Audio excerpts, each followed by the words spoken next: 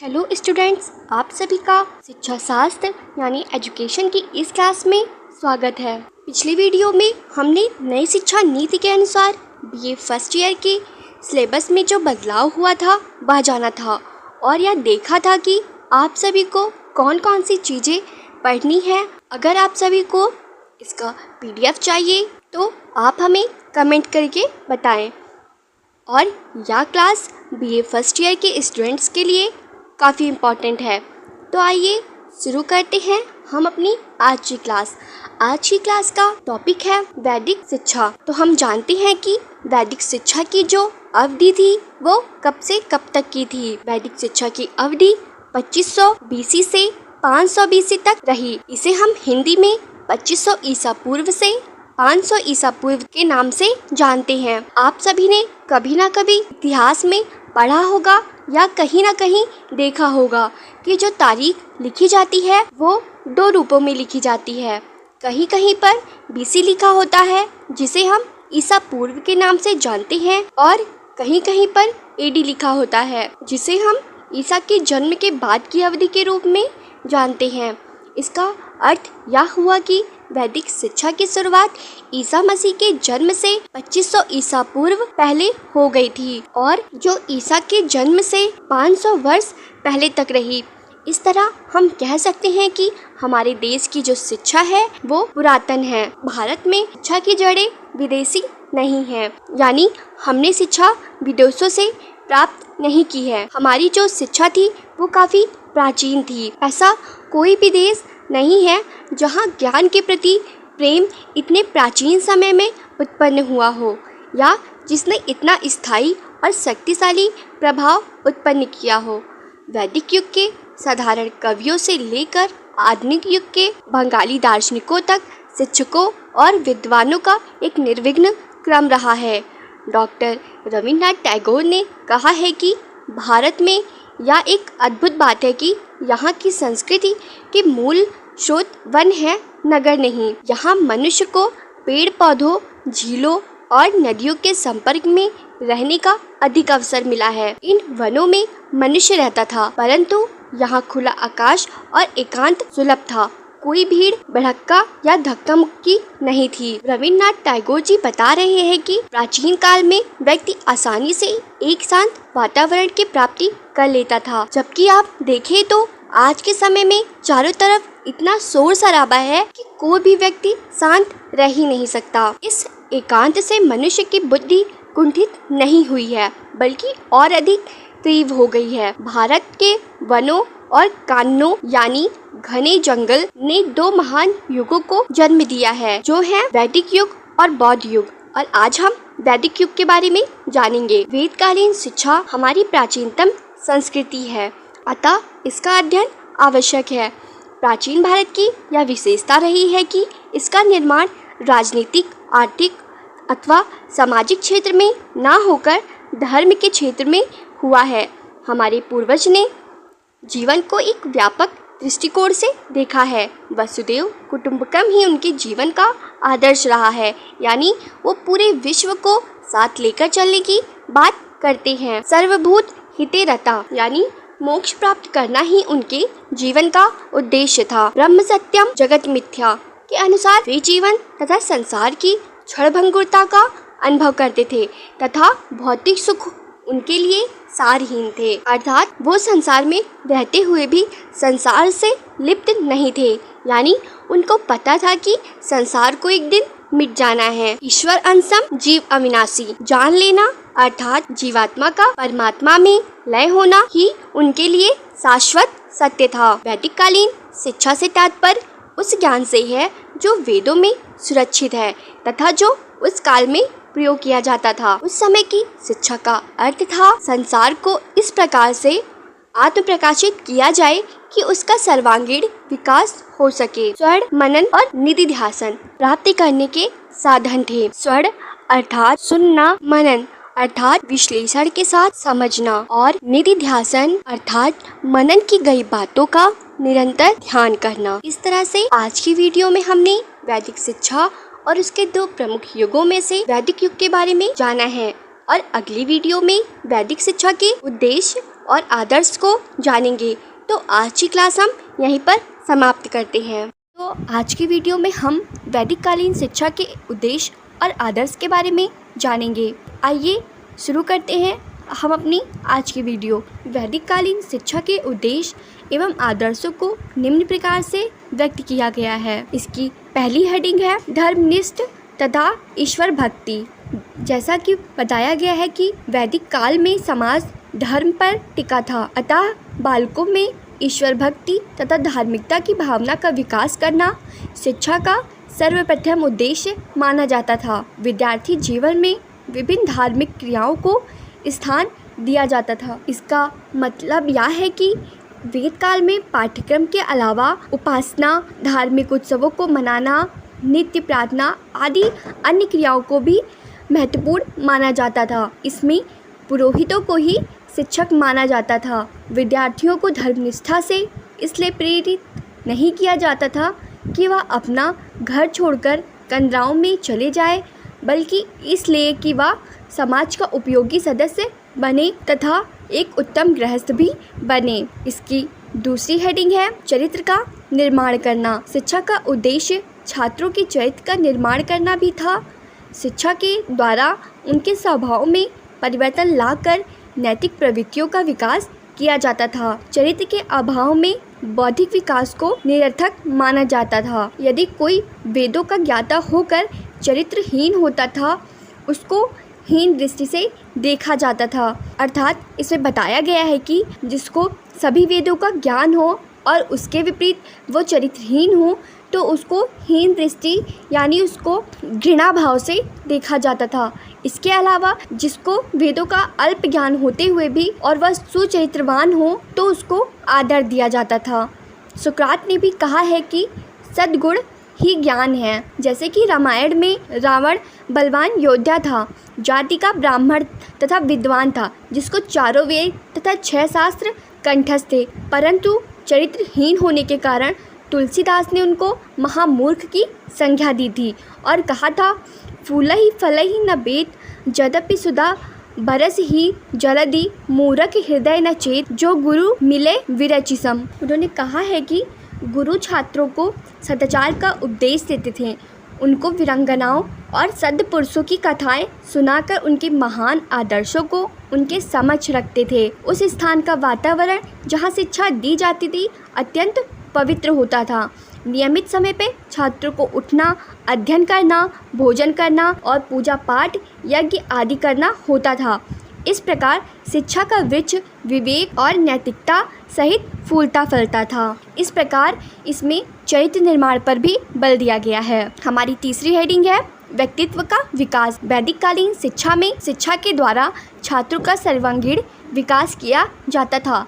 इसके अंतर्गत व्यक्तित्व के विकास को भी एक महत्वपूर्ण स्थान दिया गया था। छात्रों में व्यक्तित्व के आवश्यक गुण जैसे आत्मसम्मान की भावना, आत्मविश्वास, आत्मसंयम, आत्मत्याग, विवेक, न्याय, विचारों की अभिव्यक्ति पर भी बल दिया जाता था। छात्रों के वस्त्र, खान पान और व्यवहार में सादगी, अतः उनकी आवश्यकताएं सरलता से पूरी की जाती थीं। समाज उनको सम्मान देता था। इस प्रकार आत्मसम्मान, आत्मविश्वास, संयम और त्याग संबंधी गुण भी विकसित होते थे। उनके विचारों को जानने के लिए वाद विवाद का आयोजन, कई प्रकार की प्रतियोगिताएं भी कराई जाती थी। साथ ही शारीरिक विकास के लिए छात्रों को प्राणायाम, सूर्य नमस्कार आदि क्रियाएं भी कराई जाती थी। इस प्रकार ही एक स्वस्थ मन का विकास होता था। हमारी चौथी हेडिंग है सामाजिक कर्तव्यों का पालन करना। के अंतर्गत वैदिक शिक्षा के अंतर्गत सामाजिक कर्तव्यों का पालन करना भी एक महत्वपूर्ण उद्देश्य था। इसमें बताया गया है कि प्राचीन शिक्षा प्रणाली में स्वार्थी जीवन के लिए कोई स्थान नहीं था। पढ़ लिखकर छात्र का कर्तव्य था कि वह समाज की सेवा करे और स्वकेंद्रित जीवन से दूर रहे। गृहस्थ जीवन व्यतीत करते हुए भी वह पुत्र के रूप में, पति के रूप में और पिता के रूप में अपने कर्तव्यों का निर्वाह करे, अतिथियों और विद्वानों का आदर करे तथा आवश्यकता अनुसार उनकी सहायता भी करे। इस प्रकार वह अपने सामाजिक कर्तव्यों का पालन करे। तो इसके अंतर्गत सामाजिक कर्तव्यों पर भी अधिक बल दिया गया था। हमारी 5वीं हेडिंग है जीविकोपार्जन तथा भौतिक समृद्धि की शिक्षा। इसके अंतर्गत बताया गया है कि वैदिक शिक्षा यद्यपि धर्म प्रधान शिक्षा थी, फिर भी जीविकोपार्जन की भी शिक्षा दी जाती थी। का मतलब यह है कि उनको शिक्षा के अतिरिक्त धन की प्राप्ति कैसे करनी है उस पर भी बल दिया जाता था, जिससे वह केवल आध्यात्मिक विकास और ज्ञान प्राप्ति पर ही बल नहीं था। यह भी उद्देश्य था कि छात्र पढ़ लिखकर समाज के उपयोगी सदस्य बने। यद्यपि पिता अपने पुत्र को अपने व्यवसाय की शिक्षा देता था, परंतु गुरुकुल में एक विशेषीकरण का प्रशिक्षण अपने वर्ण रुचि के अनुसार मिलता था। ब्राह्मणों को अध्ययन, अध्यापन तथा कर्मकांड की शिक्षा दी जाती थी। क्षत्रिय सैनिक एवं राजकाज की शिक्षा प्राप्त करते थे। वैश्य को व्यापार एवं खेतीबाड़ी की शिक्षा दी जाती थी। इस प्रकार जीविकोपार्जन की शिक्षा द्वारा सामाजिक योग्यता एवं सुख की वृद्धि होती थी और प्रत्येक छात्र किसी एक व्यवसाय में पारंगत होता था। तो इसमें जीविकोपार्जन और भौतिक समृद्धि की शिक्षा पर भी बल दिया गया था। हमारी लास्ट हेडिंग है आत्म साक्षात्कार। इसमें बताया गया है कि शिक्षा का चरम उद्देश्य न इस लोक की तैयारी था न परलोक की। शिक्षा का अंतिम उद्देश्य स्वयं को जानना था, जिससे आत्मा की मुक्ति संभव हो सके। साविद्या या विमुक्ति है। मनुष्य स्वयं अपने को ही भूला रहता है और जब ऐसी स्थिति बनी रहती है वह नश्वर जीव ही बना रहता है, परंतु अपने को पहचानने पर वह अविनाशी अजर अमर आत्मा में लय हो जाता है। अस्तोमा सद्गमय, तमसोमा ज्योतिर्गमय, मृत्योर्मा अमृतम गमय। शरीर, मन, बुद्धि और आत्मा मनुष्य के ही अंग माने जाते हैं। प्राचीन भारतीय शिक्षा का उद्देश्य इनका सर्वांगीण विकास करना था। तो ये थी हमारी वैदिक कालीन शिक्षा के कुछ प्रमुख उद्देश्य और आदर्श। तो यही जैसा कि हमने पिछली वीडियो में वैदिक शिक्षा के उद्देश्य और आदर्श के बारे में जाना था, तो आज की वीडियो में हम प्राचीन गुरुकुलों की विशेषताओं के बारे में जानेंगे। आइए शुरू करते हैं। उद्देश्यों की पूर्ति हेतु एक विशिष्ट शिक्षा पद्धति थी, जिसकी विशेषताओं पर यहाँ प्रकाश डाला गया है। जब बालक 5 वर्ष का हो जाता था तो शिव जी को प्रणाम कर विद्या आरंभ करना था। प्रारंभ में उसको अक्षर का ज्ञान कराया जाता था। इस प्रकार गृह शिक्षा ब्राह्मण को 8 वर्ष की आयु में, क्षत्रिय को 11 वर्ष की आयु में तथा वैश्य को 12 वर्ष की आयु के अनुसार चलती रहती थी। तो आइए प्राचीन गुरुकुलों की विशेषताओं की पहली हेडिंग उपनयन संस्कार के बारे में जानते हैं। गृह शिक्षा समाप्त होने पर उपनयन संस्कार का समय होता था। इस संस्कार की व्यवस्था अधिकतर ब्राह्मण, क्षत्रिय और वैश्यों के लिए थी। उपनयन का अर्थ है गुरु के पास ले जाना। उपनयन संस्कार विद्यार्थी का दूसरे जन्म के रूप में माना जाता था या उसका आध्यात्मिक जन्म होता था। शिष्य के आध्यात्मिक जन्म के बाद वही भूमिका होती थी जो माता पिता की बालक को शारीरिक जन्म देने की होती है। उपनयन संस्कार के पहले बालक पशु या शूद्र माना जाता था, परंतु उपनयन संस्कार के पश्चात उसका दूसरा जन्म होता था, अतः उसको द्विज कहते थे। आइए दूसरी हेडिंग जानते हैं ब्रह्मचारी की दिनचर्या। विद्यार्थियों को प्रातःकाल ब्रह्म मुहूर्त में उठकर नित्य कर्म में निवृत्त होकर आश्रम के लिए कुश और जल लाना पड़ता था। आश्रम की सफाई करना तथा गायों को दुहना, दुग्धपान करके गुरु जी को प्रणाम कर उनके द्वारा पढ़ाया गया पाठ पढ़ते थे। इसके पश्चात उनका शंका समाधान का समय होता था। फिर भिक्षा के लिए जाना और लौटकर भिक्षा अन्य गुरु पत्नी को लाकर देना, उनसे लेकर खाना खाना और विश्राम करना था। फिर व्यायाम और सुबह वाली क्रियाओं को करना था। शाम को गुरु जी से या अन्य किसी संत से कथा वार्ता करते थे। फिर गुरु जी बीच बीच में अपने शिष्यों को शास्त्रार्थ के लिए 2 टोलियों में बांट देते थे। हमारी तीसरी हेडिंग है शिक्षण विधि। शिक्षण विधि मौखिक होती थी और छात्रों को आचार्य द्वारा दिए गए ज्ञान को कंठस्थ कराना पड़ता था। गुरु गंभीर वाणी में मंत्रों का उच्चारण करते थे और छात्र उनका अनुसरण करते थे। गुरु उच्चारण किए गए मंत्रों की व्याख्या भी करते थे।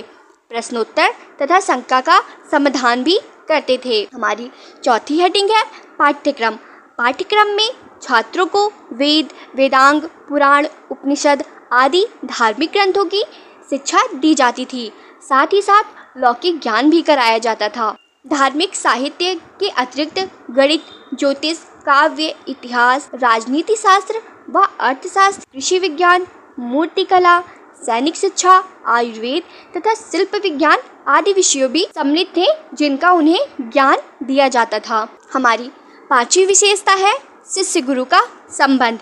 विद्यार्थी गुरु के गृह पर रहकर गुरु की सेवा करते थे और विद्या अध्ययन करते थे। विद्यार्थी आचार्य कुलवासी कहलाता था तथा गुरु विद्यार्थी का आध्यात्मिक पिता माना जाता था। गुरु के लिए भिक्षानन और जल लाना, गुरु की गायें चराना, सफाई तथा अन्य सेवा करना उसका कर्तव्य था और विद्या प्राप्त करने की पात्रता का द्योतक था। इसी प्रकार गुरु भी शिष्यों के प्रति पितृतुल्य स्नेह में व्यवहार करते थे। गुरु को समाज तथा शिष्य दोनों ही सम्मान देते थे। इसीलिए उनके विषय में कहा गया है, गुरुर् ब्रह्मा गुरुर्विष्णु गुरुर्देवो महेश्वरा, गुरु साक्षात् परम ब्रह्म तस्मै श्री गुरुवे नमः। अर्थात गुरु ब्रह्मा विष्णु महेश है, गुरु साक्षात परम ब्रह्म का ही स्वरूप है। ऐसे गुरु के चरणों में शिष्य शीश झुकाते हैं। हमारी छठी हेडिंग है स्त्री शिक्षा। वैदिक काल में स्त्रियों का समाज में पर्याप्त सम्मान था। बालिकाओं के लिए भी उपनयन संस्कार की व्यवस्था की जाती थी। ऋग्वेद में भी बहुत सी ऋचाओं की रचयिता स्त्रियां मानी जाती हैं, जैसे उर्वशी, अपाला, विश्वतारा उस समय की प्रसिद्ध विदुषी स्त्रियां थीं। कुंती के लिए कहा जाता है कि वह अथर्ववेद की प्रकांड पंडित थीं। रामायण में अत्रेय की कथा है, जो वाल्मीकि तथा अगस्त्य मुनि के आश्रम में लव और कुश के साथ वेदांत का अध्ययन करती थीं। तो दोस्तों, ये थी प्राचीन गुरुकुलों से जुड़ी कुछ प्रमुख विशेषताएं। यहीं पे हमारी आज की क्लास समाप्त होती है। जैसा कि हमने पिछली वीडियो में प्राचीन गुरुकुलों की विशेषताओं के बारे में जाना था, तो आज की वीडियो में हम भारत में आधुनिक गुरुकुल के बारे में जानेंगे। आइए शुरू करते हैं हम अपनी आज की क्लास। जैसा कि 19वीं शताब्दी में जब मैकाले के विवरण पत्र के अनुसार ब्रिटिश शासन ने भारत में अपना प्रशासन सबल बनाने हेतु अंग्रेजी शिक्षा का प्रचार किया, तभी कुछ हिंदू सुधारकों ने प्राचीन गुरुकुल प्रणाली को पुनर्जीवित करने का प्रयास किया, जिनमें महर्षि दयानंद सरस्वती प्रमुख थे। उन्होंने गुरुकुल शिक्षा प्रणाली की ओर देश का ध्यान आकर्षित किया तथा वेदों की ओर लौटो का नारा लगाया। स्वामी जी की प्रेरणा से कुछ प्रमुख गुरुकुलों का प्रारंभ हुआ, जैसे गुरुकुल कांगड़ी, हरिद्वार तथा वृंदावन गुरुकुल। यह गुरुकुल प्राचीन भारतीय दर्शन तथा साहित्य, श्रेष्ठ नागरिक तथा वैदिक धर्म संबंधी उपदेशकों के उत्थान के लिए खोले गए हैं। दोनों संस्थाएं आवासीय हैं और शहर की भीड़ से दूर प्रकृति की गोद में स्थित है। वृंदावन गुरुकुल सन 1902 में दिल्ली के पास सिकंदराबाद में स्थापित किया गया तथा सन 1911 में इस गुरुकुल को वृंदावन स्थानांतरित कर दिया गया। इसका प्रबंध आर्य प्रतिनिधि सभा करती है तथा कांगड़ी गुरुकुल सन 1903 में स्वामी श्रद्धानंद द्वारा गुजरानवाला पंजाब में प्रारंभ किया गया तथा सन 1924 में इसे कांगड़ी हरिद्वार स्थानांतरित कर दिया गया। अब दोनों संस्थाएं विश्वविद्यालय अनुदान आयोग से मान्यता प्राप्त विश्वविद्यालय स्तर की संस्थाएं हैं। दोनों संस्थाओं की कार्य प्रणाली लगभग एक सी है। बालक का प्रवेश 7 वर्ष की आयु में होता है।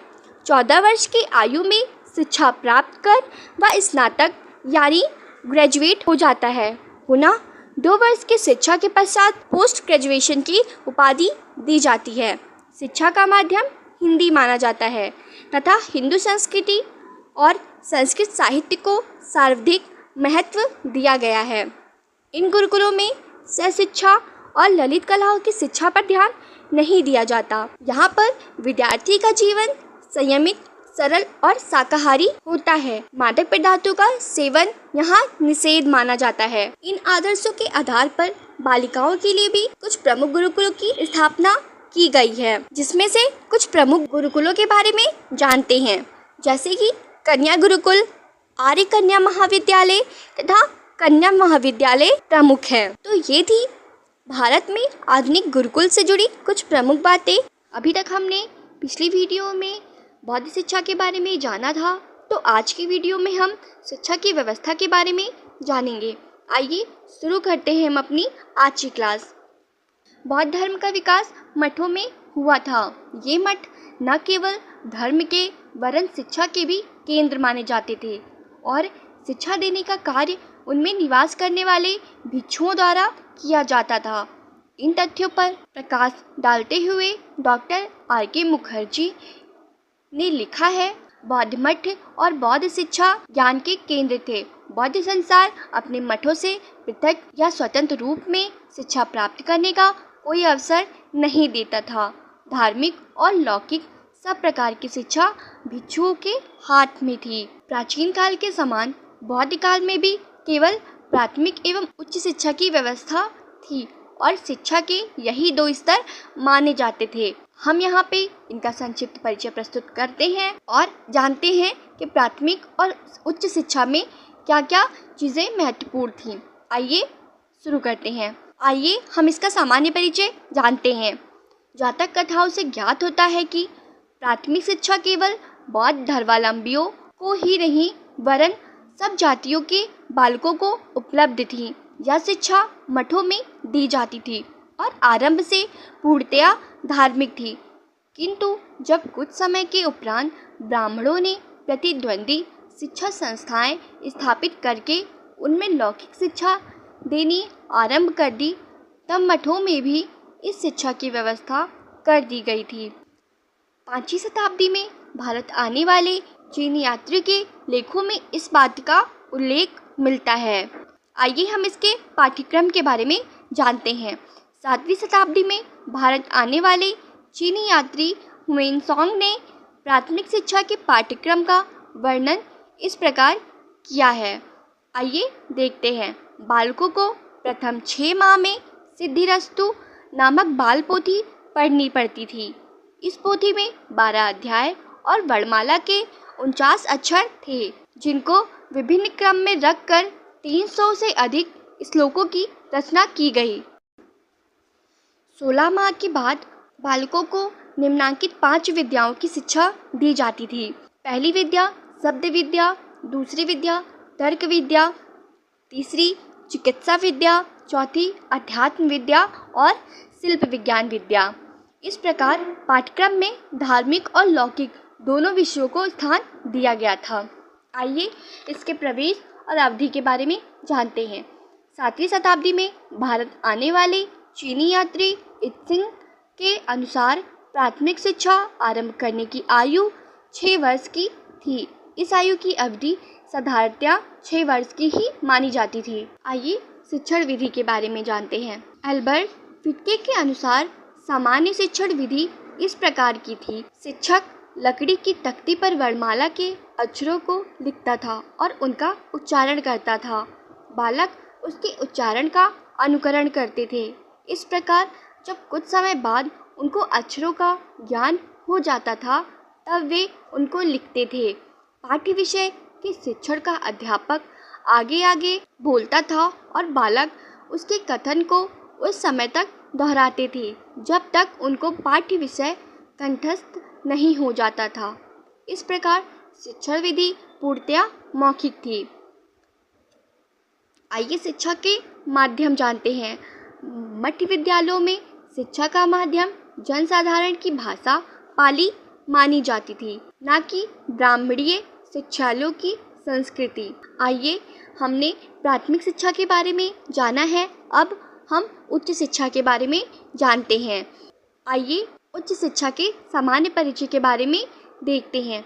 इस शिक्षा की प्रशंसा में डॉक्टर A.S. अल्तेकर ने इन शब्दों को लिपिबद्ध किया है। उन्होंने कहा है कि मठों ने उच्च शिक्षा में अपनी दक्षता से कोरिया, चीन, तिब्बत और जावा जैसे सुदूर देशों के छात्रों को आकर्षित करके भारत की अंतर्राष्ट्रीय ख्याति में वृद्धि की। उच्च शिक्षा के द्वार सभी धर्मों एवं जातियों के बालकों के लिए खुले हुए थे। इस शिक्षा के प्रमुख केंद्र बौद्ध मठ थे। इसकी प्रवेश और अवधि के बारे में जानते हैं। उच्च शिक्षा का प्रारंभ प्राथमिक शिक्षा समाप्त करने के पश्चात होता था, अतः बालक को इसका आरंभ 12 वर्ष की आयु में करते थे। अध्ययन की अवधि 12 वर्ष ही मानी जाती थी, ताकि छात्र प्राचीन परंपरा के अनुसार 25 वर्ष की आयु में किसी व्यवसाय को ग्रहण करके गृहस्थ रूप से अपना जीवन व्यतीत कर सके।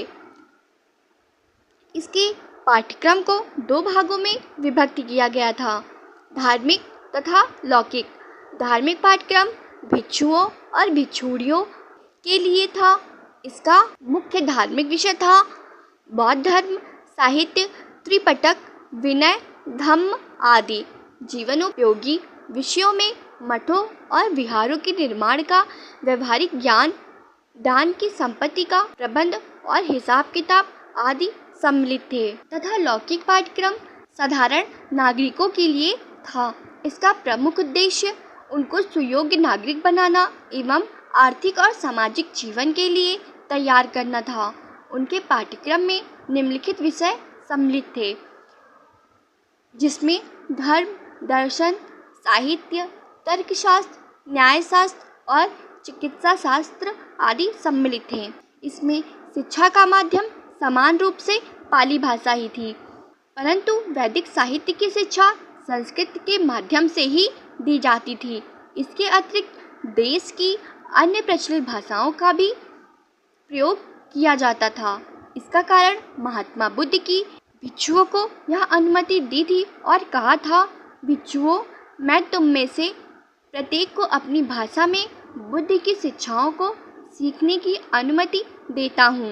आइए शिक्षा में प्रसिद्ध विश्वविद्यालय के बारे में जानते हैं। बौद्ध काल में शिक्षा का मुख्य केंद्र मठ और विहार थे। इनसे छात्रावास संबद्ध थे। छात्रों को निःशुल्क शिक्षा, भोजन, वस्त्र, चिकित्सा आदि की सुविधा प्राप्त की जाती थी। कुछ मठों और विहारों ने विश्वविद्यालय के रूप में विकसित होकर पर्याप्त ख्याति अर्जित की है, जैसे कि नदिया विश्वविद्यालय, जो कि पूर्वी बंगाल नदिया नामक स्थान पर स्थित है। इसको ये 11वीं शताब्दी में राजा लक्ष्मण सेन के संरक्षण में प्रसिद्ध केंद्र हो गया था। दूसरा विश्वविद्यालय है वल्लभी विश्वविद्यालय। ये पूर्वी काठियावाड़ में वला नामक स्थान पर था। यह 7वीं शताब्दी से 12वीं शताब्दी तक पश्चिमी भारत का प्रमुख शिक्षा केंद्र माना जाता था। तीसरा विश्वविद्यालय है तक्षशिला विश्वविद्यालय। यह विश्वविद्यालय आधुनिक रावलपिंडी से लगभग 20 मील पश्चिम में स्थित था। यह अनेक शताब्दियों तक पहले वैदिक शिक्षा का और उसके बाद बौद्ध शिक्षा का प्रसिद्ध केंद्र माना जाता था। हमारा चौथा विश्वविद्यालय है नालंदा विश्वविद्यालय। यह विश्वविद्यालय पटना से लगभग 50 मील दूर दक्षिण में स्थित था। तो ये थे शिक्षा के कुछ प्रमुख विश्वविद्यालय। हमने बौद्ध शिक्षा की व्यवस्था के बारे में जाना है। जैसा कि हमने पिछली वीडियो में बौद्धकालीन शिक्षा तथा उनके विशेषताओं के बारे में जाना था, तो आज की वीडियो में हम मुस्लिम कालीन शिक्षा के बारे में जानेंगे। आइए शुरू करते हैं हम अपनी आज की क्लास।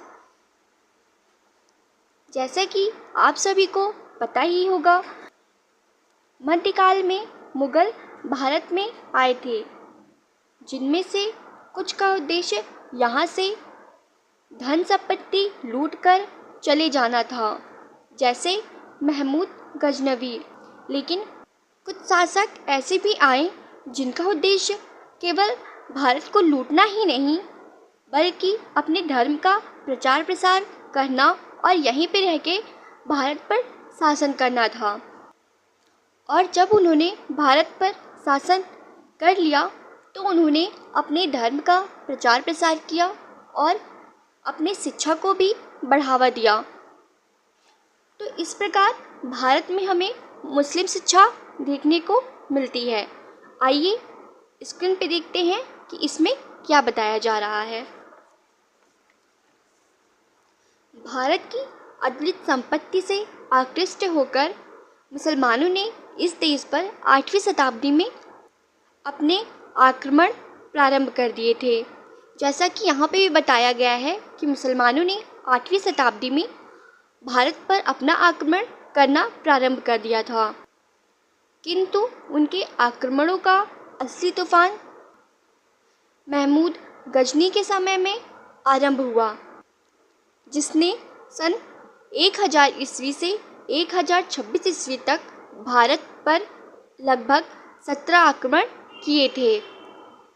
उसके आक्रमणों का मुख्य ध्येय इस देश की संपत्ति को लूटकर गजनी को वैभवशाली बनाना था, न कि यहाँ मुस्लिम शासन की स्थापना करनी थी। मतलब उसका उद्देश्य यह था कि भारत को लूटना था, बल्कि यहाँ रहकर भारत पर अपना शासन स्थापित करना नहीं था। यहाँ से धन संपत्ति लूटकर चले जाना ही उसका मुख्य उद्देश्य था। आइए आगे देखते हैं। अतः वह प्रत्येक आक्रमण के बाद लूट का माल लेकर स्वदेश लौट जाता था। महमूद गजनी के बहुत समय पश्चात सन 1192 ईस्वी में महमूद गौरी ने दिल्ली के अंतिम राजपूत राजा पृथ्वीराज चौहान को पराजित करके भारत में मुस्लिम शासन के शिलान्यास किया।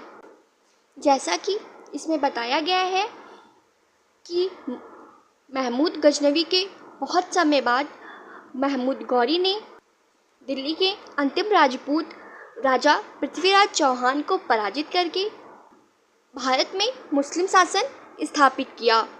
उसकी मृत्यु के उपरांत भारत पर क्रमशः गुलाम, खिलजी, तुगलक, सैयद, लोदी और मुगल वंश ने सन 1757 ईस्वी तक शासन किया। उस वर्ष क्लाइव ने प्लासी के युद्ध में विजयी होकर भारत में अंग्रेजी शासन का इतिहास आरंभ किया। इस प्रकार लगभग 550 वर्ष तक भारत पर मुसलमानों का आधिपत्य रहा। उन्होंने यहाँ एक नवीन शिक्षा प्रणाली का सूत्रपात किया, जिसे मध्यकालीन मुस्लिम शिक्षा प्रणाली कहा। इस प्रणाली के विषय में अपना मत व्यक्त करते हुए डॉक्टर F.E. केई ने लिखा है, मुस्लिम शिक्षा एक विदेशी प्रणाली थी जिसका भारत में प्रतिरोपण किया गया और जो ब्राह्मणीय शिक्षा से अति अल्प संबंध रखकर अपनी नवीन भूमि में विकसित हुई। तो यहाँ पे हमने मुस्लिम कालीन शिक्षा के बारे में कुछ बातें जानी हैं। तो आज के वीडियो में हम मुस्लिम कालीन शिक्षा के उद्देश्य व आदर्श के बारे में जानेंगे। आइए शुरू करते हैं। जैसा कि मुसलमानों ने भारत पर अनेक शताब्दियों तक अपना शासन किया और इस संपूर्ण अवधि में उनकी स्थिति अपनी और अपने राज्य की सुरक्षा के लिए सशस्त्र सैनिकों जैसी हो गई थी। ऐसी स्थिति में उनका ध्यान शिक्षा पर नहीं गया। फिर जिन मुस्लिम शासकों का भारत पर आधिपत्य रहा, उनमें से कुछ उदार और कुछ सहिष्णु थे और कुछ अनुदार और असहिष्णु थे। जैसे कि बख्तियार, अलाउद्दीन, फिरोज तुगलक और औरंगजेब इतने कट्टर और अनुदार थे कि उनका एकमात्र उद्देश्य हिंदुओं की शिक्षा और संस्कृति के केंद्र का विनाश करके मुस्लिम शिक्षा और संस्कृति का प्रसार करना था। इसके विपरीत कुछ उदार मुस्लिम शासक भी थे, जैसे अल्तमश, मोहम्मद तुगलक, अकबर और शाहजहां, जिन्होंने शिक्षा के प्रति अपनी रुचि प्रकट की और उसे अपना संरक्षण प्रदान करके शिक्षा के प्रति अपना पूर्ण योगदान दिया।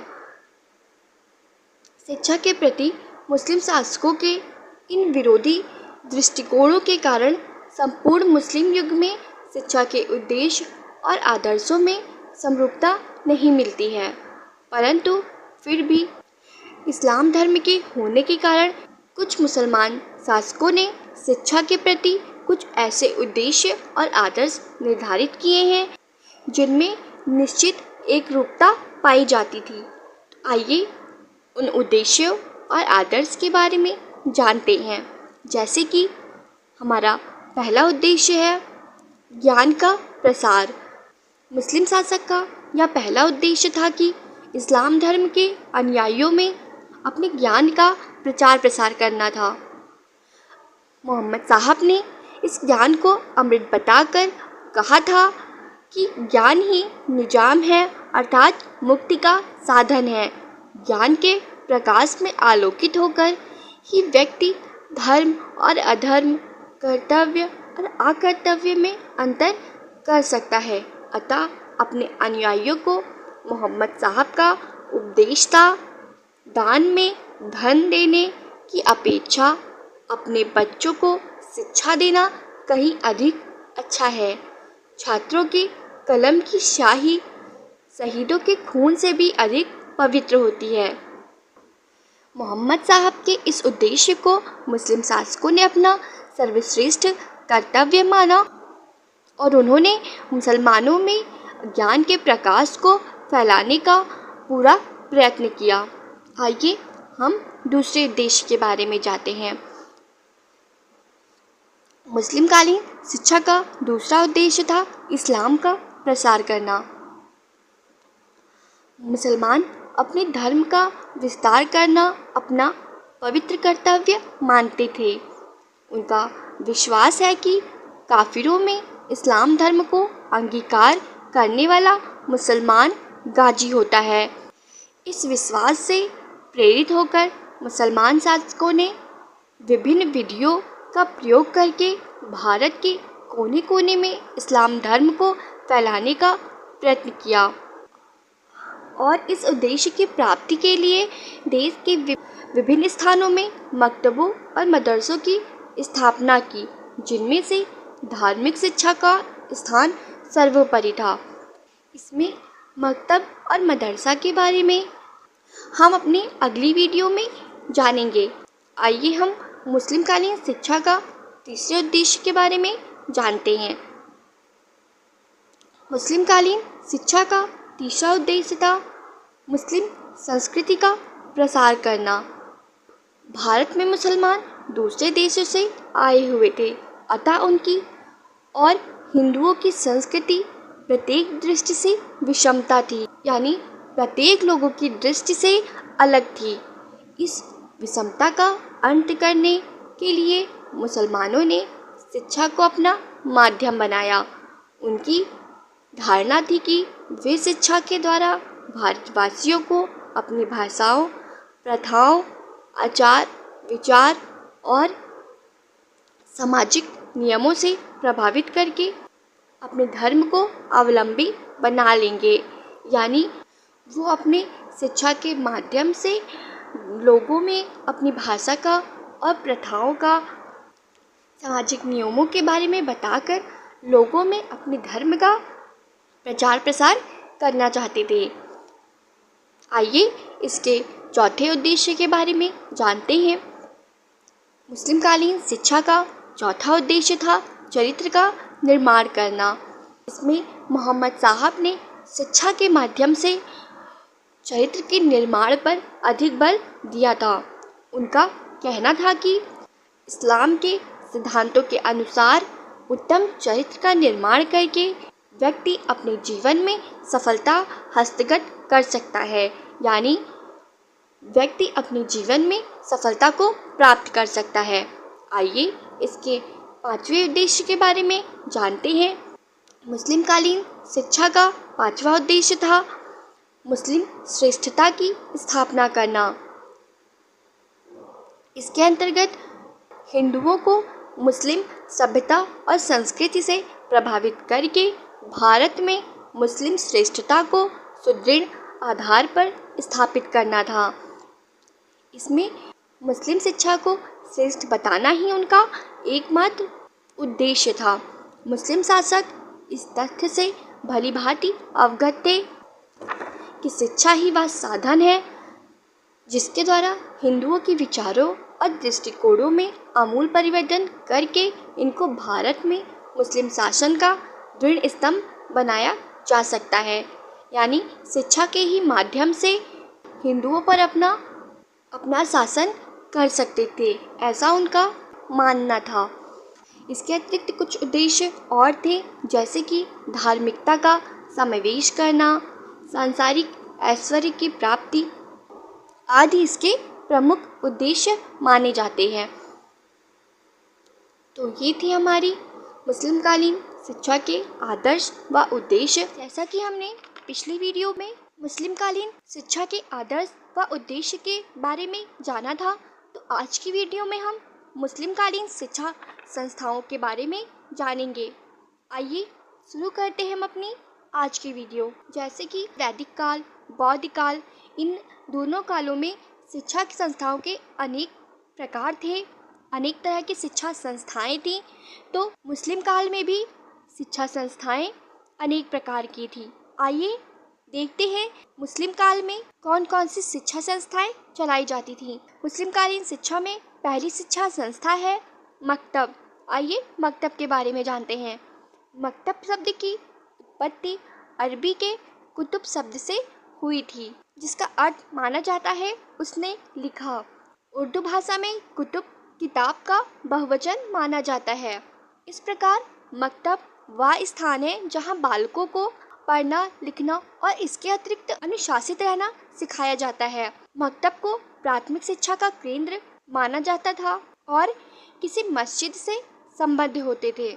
मकतबों में मुसलमान बालकों के साथ हिंदू बालक भी शिक्षा प्राप्त कर सकते थे, परंतु मकतबों की संख्या इतनी कम थी कि सब बालकों की प्राथमिक शिक्षा की आवश्यकता पूर्ण नहीं हो पाती थी। मकतब की संख्या इतनी कम थी कि बच्चों को पूर्ण रूप से एक सही ढंग से उनको शिक्षा प्राप्त नहीं हो पाती थी।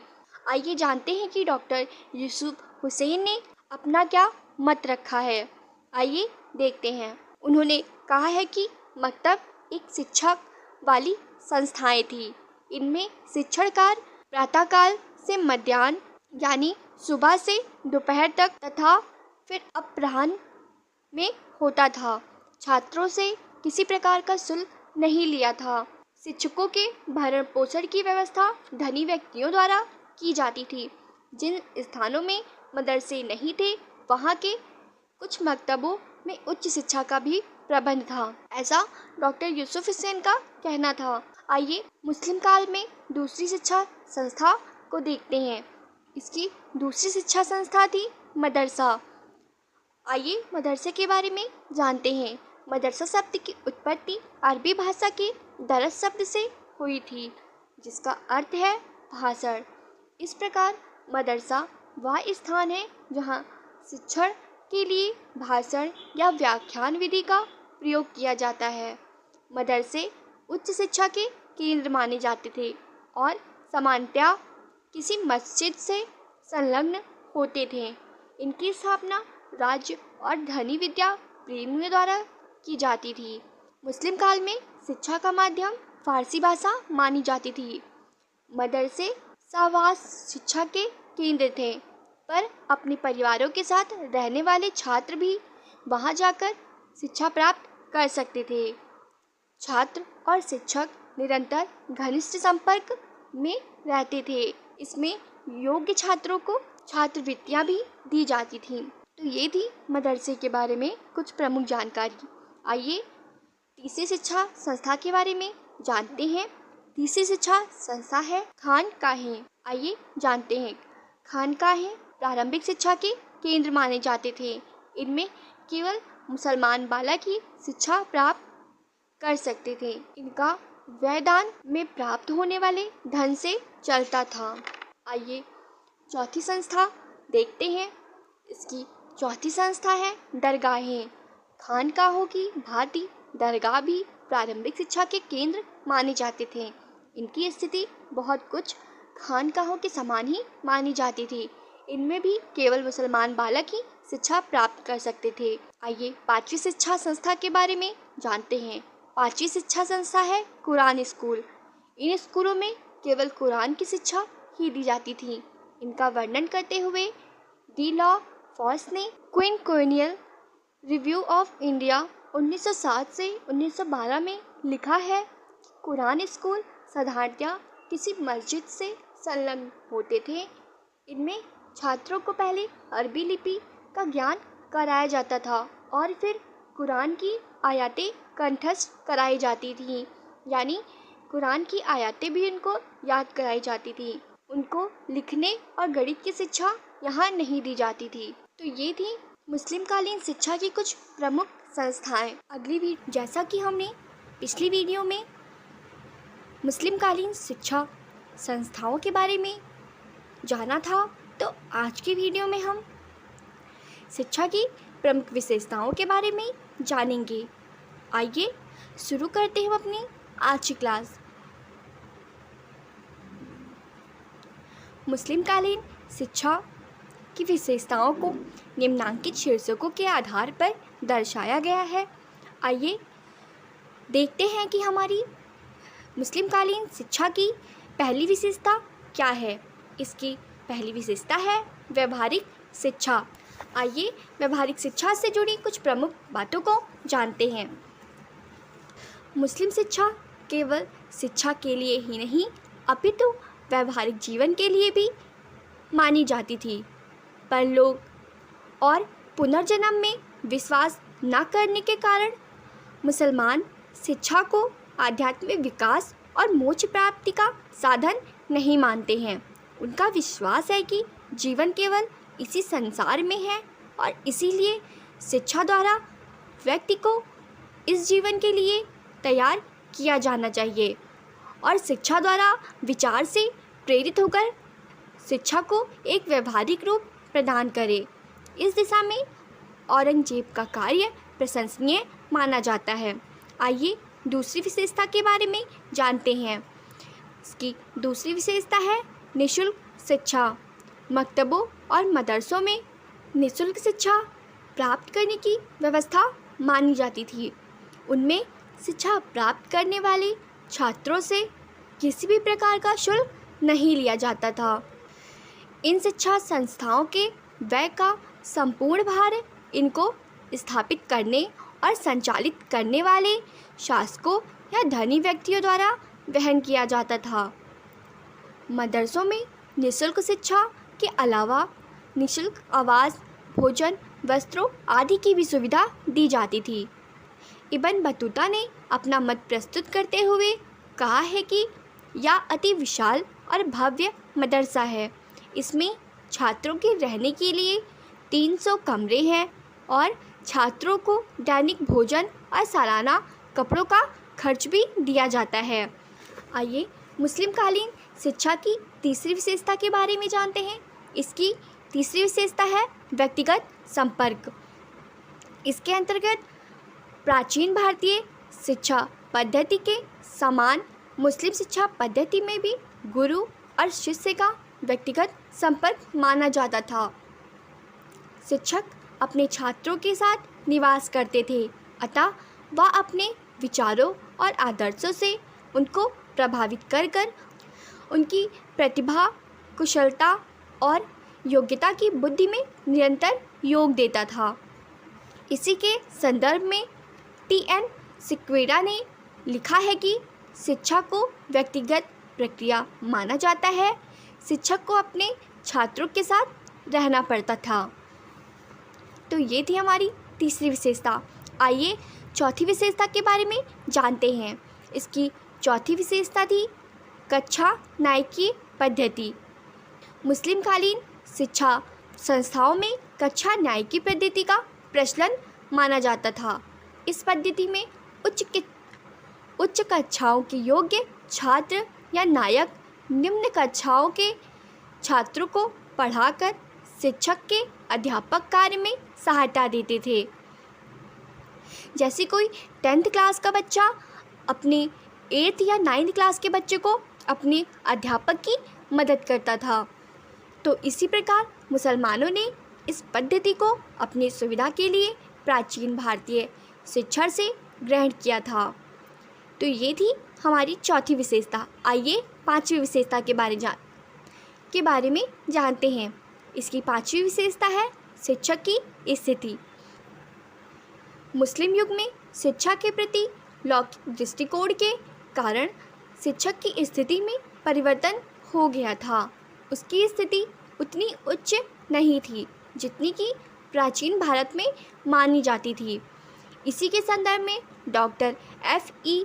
केई ने लिखा है, शिक्षकों की सामाजिक स्थिति उच्च थी और वे साधारणतया चरित्रवान मनुष्य माने जाते थे जिनको व्यक्तियों का विश्वास और सम्मान प्राप्त था। आइए छठी विशेषता के बारे में जानते हैं। इसकी छठी विशेषता है गुरु शिष्य संबंध। आइए गुरु शिष्य संबंध के बारे में जानते हैं। समाज में शिक्षक का सम्मान होता था और छात्र उसके प्रति विनम्र एवं भक्तिपूर्ण थे।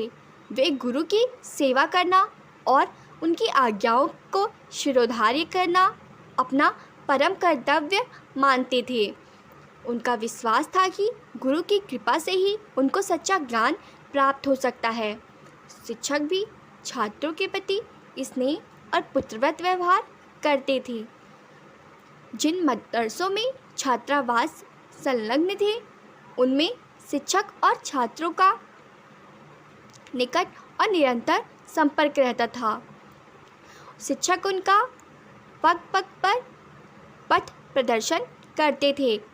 इसी के संदर्भ में डॉक्टर F.E. केई ने लिखा है कि शिक्षक और छात्र का संबंध वैसा ही था जैसा कि ब्राह्मणीय शिक्षा में माना जाता था। तो ये थी मुस्लिम कालीन शिक्षा की प्रमुख विशेषताएं। तो आज की क्लास हम यहीं पे समाप्त करते हैं।